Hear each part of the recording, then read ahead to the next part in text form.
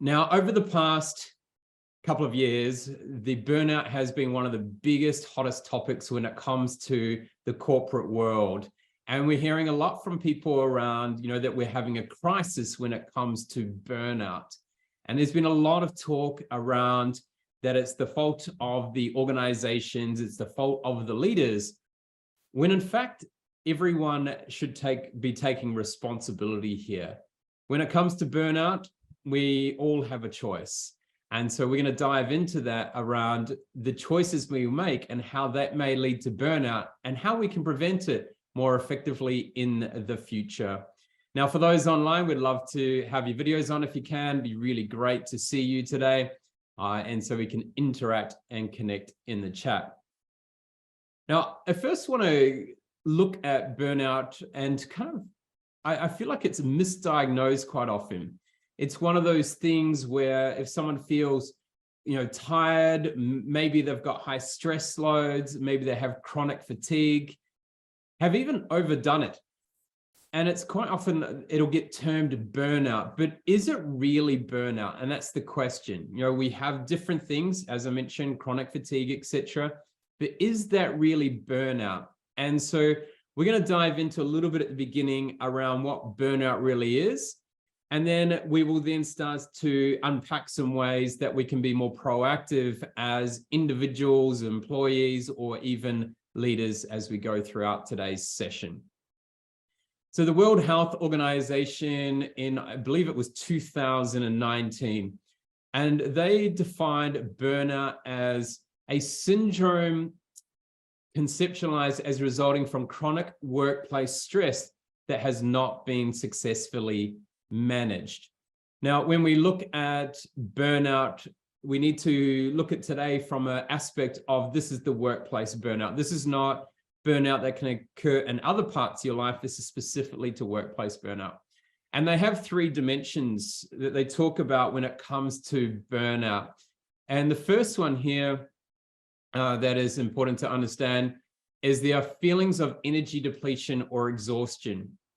Now, as I mentioned earlier, this can sometimes be confused as chronic fatigue or even stress, or maybe you've overdone it, you're quite tired, but it's not actually burnout until we add a few more things. And great to see you. Your video's on, Tracy and Rob. Rob, I haven't seen you for a while, so good to see you. Thanks for joining us today. The second one here, when we look at defining burnout, the three dimensions according to the World Health Organization is increased mental distance from one's job or feelings of negativism or cynicism related to one's job. So if we think about that, the first part was around energy depletion. Now that can occur in many instances, but unless we have a mental distance from one's job, or we feel negative about what we do, or we become quite cynical in regards to our job or the people we work with, then we're starting to get towards, okay, we might actually have burnout, or someone may have burnout.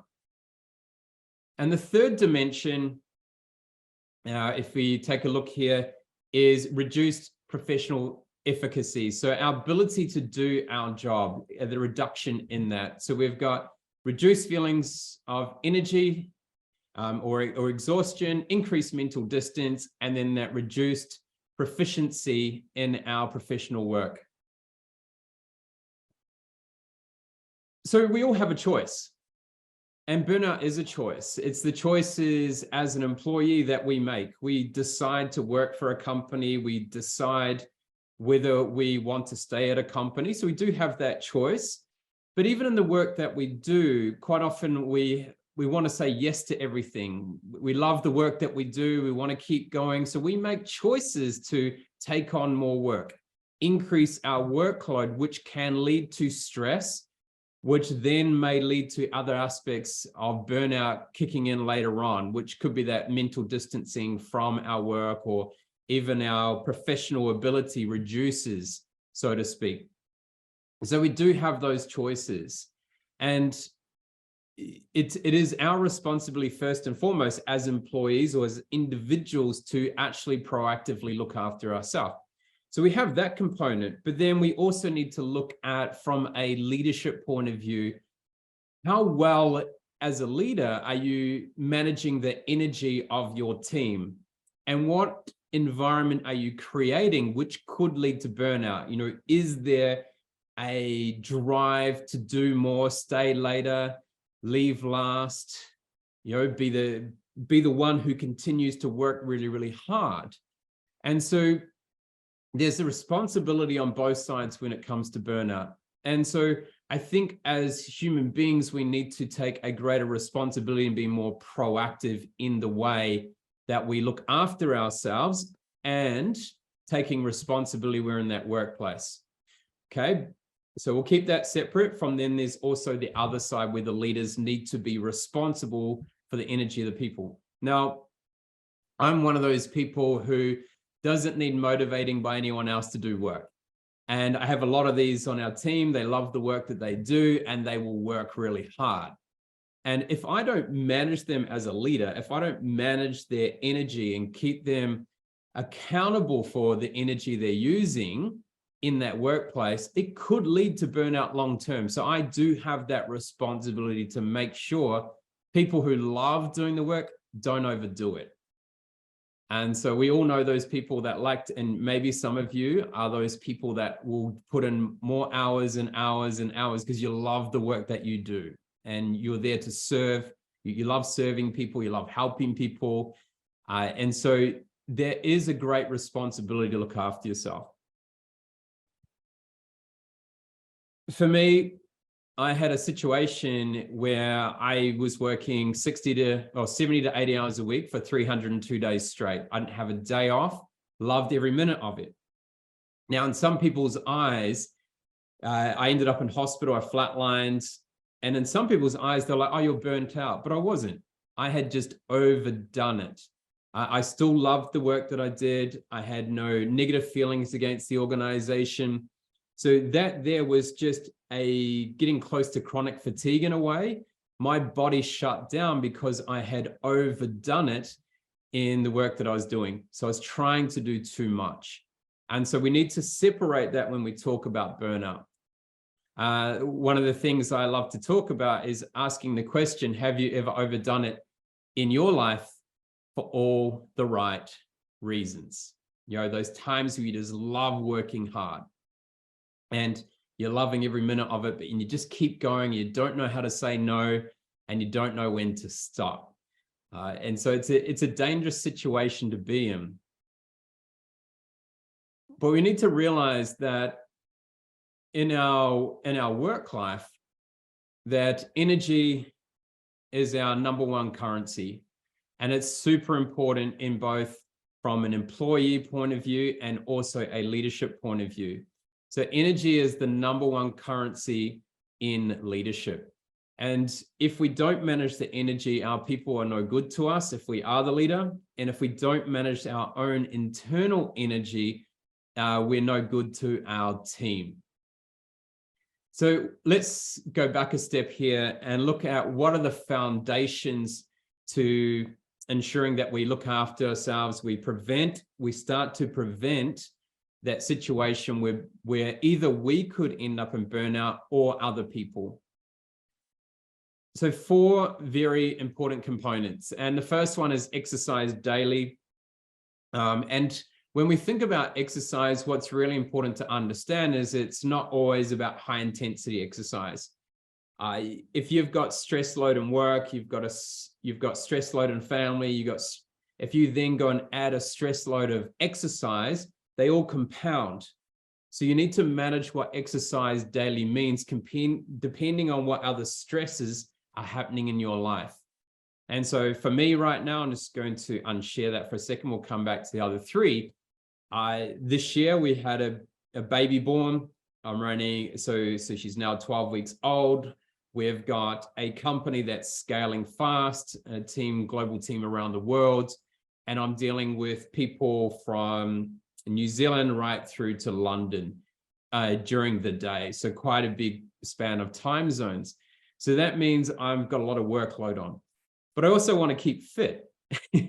So how do I fit those in? And so this year it's had to be really low intensity exercise, shorter, just so I keep my body moving, but it's not, and it's more from a mental side of things than more of a physical performance point of view. So I had to change and shift, because if I tried to go really hard and exercise, that would end up in catastrophe. That would be chronic fatigue. That would then potentially push me to a space where I may not like the work I do because I'm so tired and I just frustrated that I can't get things done. So that could lead to burnout.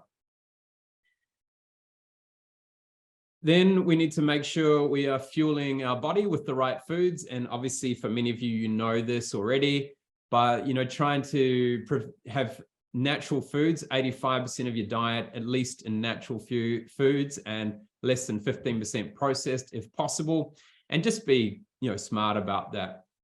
Freeing your mind, when we're on all the time in this world, we've got to be very careful we don't go from work to then sit on our phone to then watching TV. We've got to give those spaces where we allow our mind to relax and unwind a bit. And then taking those times to recover with purpose. I know this weekend I'm about to drive to Canberra immediately after this online program. And so this weekend, I'm like, I need to do a whole lot of work because I'm going to be away for the next 6 days. But I realized that what was more important was I needed to actually rest. I needed some time out, because having that 12-week baby plus a full-on workload, that I needed to take some time to let my body unwind. And so, yes, I've got work to catch up. However, if I hadn't of, I'm then going to get more stressed and find it difficult to do that work. And so we talked about energy being the number one currency in leadership. So let's look at 3 different, when we look at 3 different ways that we can manage our energy, not only from you as an individual, but also from a leadership perspective. One of the key things I realized when I mentioned it before, when I flatlined, was that I had forgotten about all the great things we learned as athletes and coaches and sports science around the importance of scheduling recovery and energy before we schedule our workload. So putting in the space when there's recovery is. And we need to do that also when we are in the work situation. So I think that's really important to understand. So I'm going to show to you now, when it comes to the 3 ways that you can manage your energy really, really well. And for some of you, you may have heard me speak about break the CEO code. But what we're looking at here is energy management. And so from a scheduling your energy point of view, there are a couple of different ways we want to look at how we manage our energy over a period of time. So let's have a look at this. The first one is a 3-to-1 work to recovery ratio. What does that mean, you may ask? So there's lots of great studies out there in both sport and also in the workplace as well around our ability to perform at a high level before our performance drops off. And in sport, people talk about periodization, where we do a period of work and then we have some recovery, period of work, then some recovery. But also the same happens from a mental point of view. We can only perform at around 45 minutes to 60 minutes maximum at a high performance way of doing things in high performance mode before our performance starts to decline. But what's fascinating is very similar to the sporting world. If you work at high performance mode, so you're working hard, doing a project, you might be really intensely focused on something that you're preparing for a presentation or for a conversation you have coming up. And if you take a 15 minutes kind of break, and it doesn't need to be a full break from work, but it needs to be a change in focus that is it requires less brain cells and energy, you can actually bring the performance level back up to where you were at the beginning, to that high performance level again. And so you can go around 45 minutes, 15-minute break, 45 minutes, 15-minute break. As I said, you can change it up. Sometimes I take a phone call and go for a walk. Sometimes I will do a mundane task that doesn't require too much processing for the brain, to switch that up so I can stay at a high performance mode longer in the day.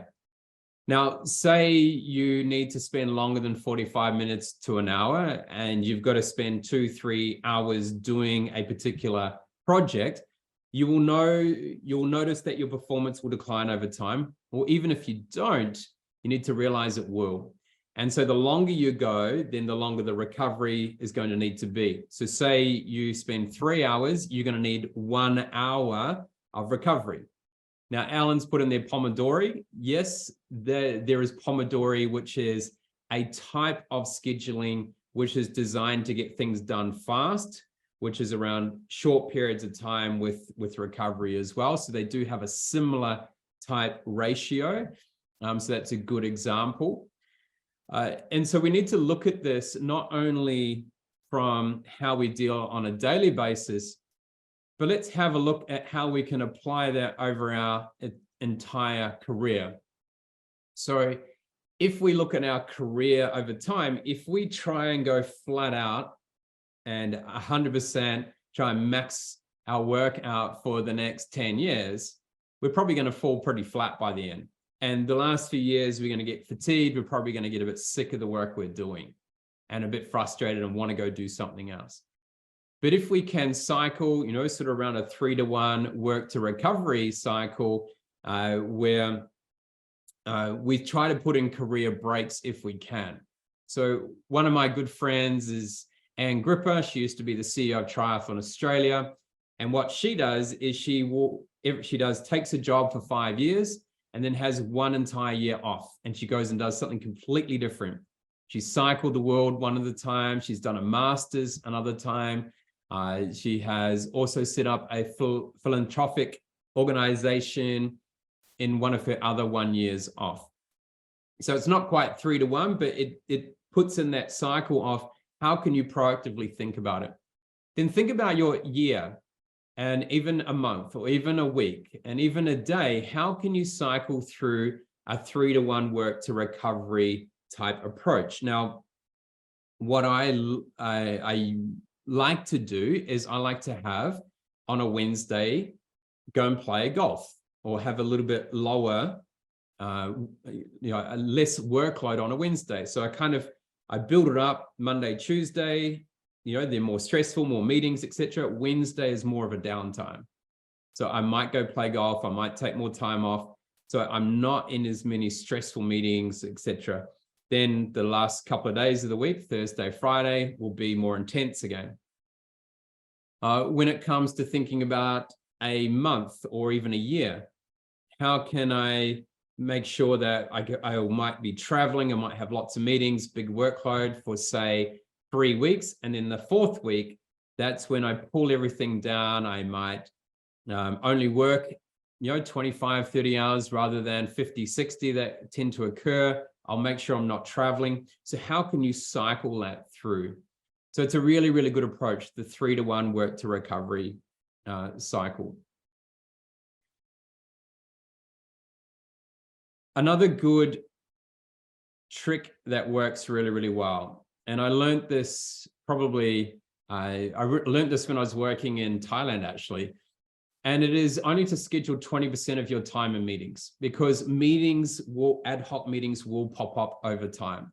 So only schedule 20% because others will come in, and you need that time to prepare for your meetings so you can get the most out of them, and to also debrief and reflect on them. So then you can either take what you've learned from there or the actions you need to do, and you've got that space to think about it and how to move that forward. Or if you've met a client, you need that time then to send a proposal or to respond to them or to digest what maybe they have said. And the third one here is to think about that recovery and energy before meetings. Quite often, especially now that we're online, we tend to back up our meetings and we don't get that recovery and energy before our meetings each time. So how can you do that as well? So I'd like to know in the chat here if anyone has anything they do in regards to thinking about scheduling energy or scheduling recovery. maybe you want to open mic. I'd love to hear from you. If you want to open mic, you can. But how do you schedule so that you aren't full on 100% the whole entire week? What are you putting in place to try and make sure that your brain can recover in between? Hey, Craig.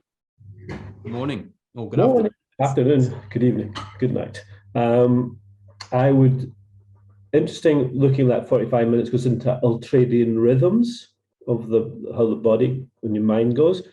So I try to schedule focused work in the morning when you're more alert, and then creative work in the afternoon. Yeah, great. And that sort of side. So you're more focused in the morning. I'm not very focused at the best times, but I can do it better in the morning. And then in the afternoon, go for a walk, try more creative, do meetings at that point if I can. Okay. Yeah, it's good. And then in between your meetings, do you back your meetings up, or do you try and do, say, a 30 to 45-minute meeting and then have a break before you go to the next one? And I do the ergonomic stuff, is get away from the computer to help relax the eyes, look into the distance rather than focusing on there, but I can't concentrate for 45 minutes half the time anyway, so I'm ADHD half the time. So gives me an enforced break actually. So it's cool. Okay. Thank you. Does anyone else have anything they'd like to share in the way that they kind of manage that recovery with their workload? Or even an instance where it's really difficult, maybe you need to be on for a certain, for a 4-hour block or something like that. Yes, Julie, you got your hand up. Yes. Hey, I just want to share because we have a new baby and she's 12 weeks old. And for me, I usually cope with her schedules.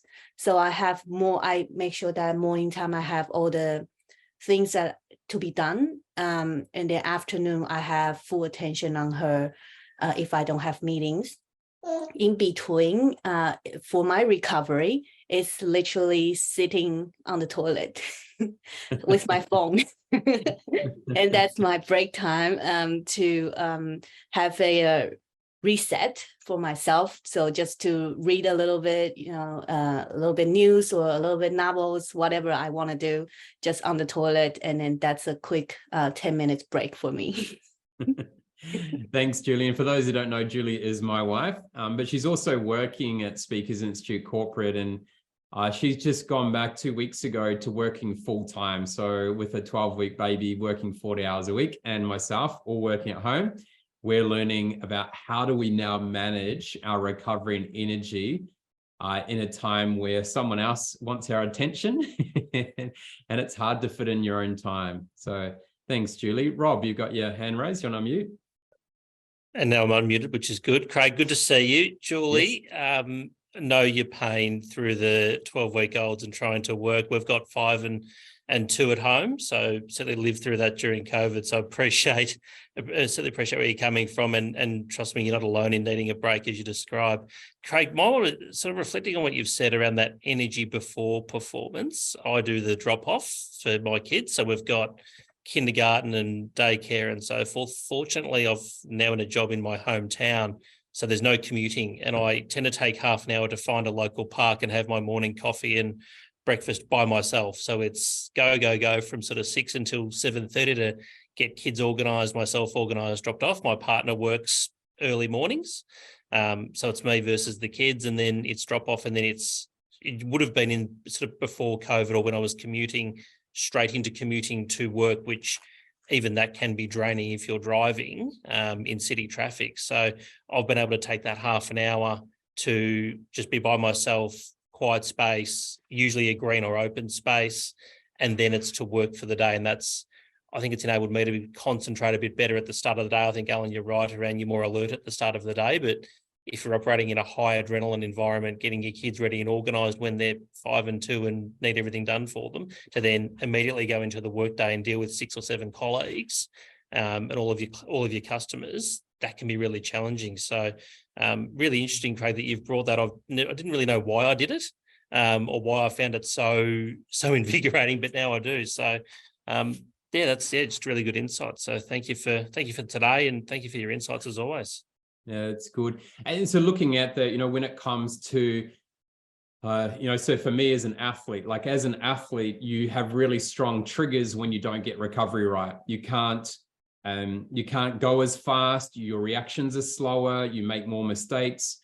And so you can notice that performance drop. But when it comes to working, unless you have a very physical job or you have a catastrophic event occur, you don't realize that your energy is depleting, because the body's so clever at adapting to small micro changes in energy. And so that's why it's so important as when we work in a corporate world or we're working in that space, that we need to make sure we proactively plan our recovery and don't leave it until we're tired, because once you're tired, it's a bit too late.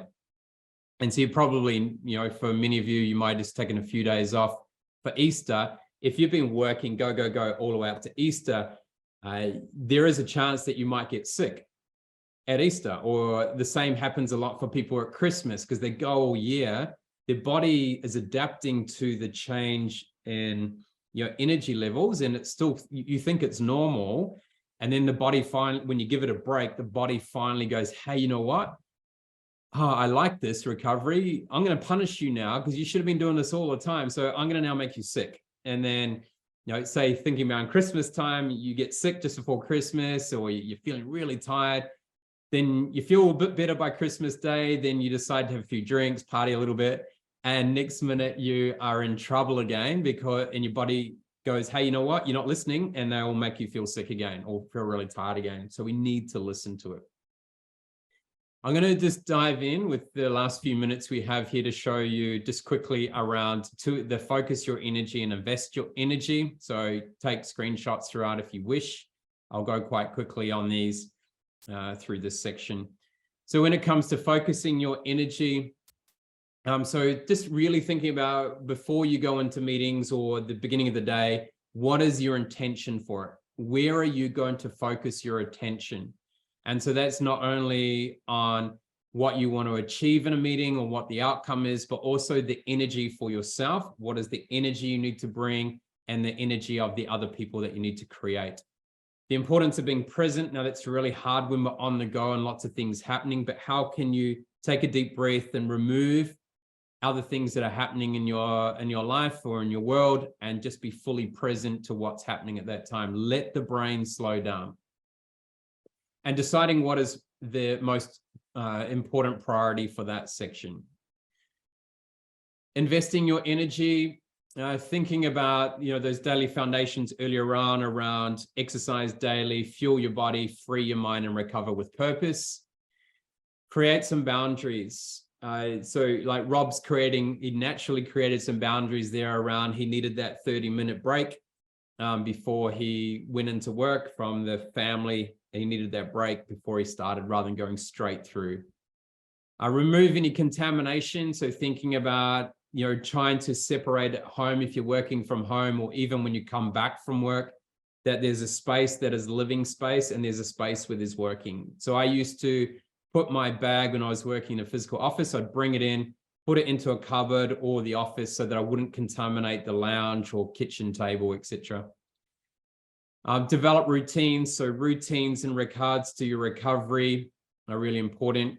And always thinking about what have you got to do today, and then -1. I really, really like this approach. How can you -1 thing for today?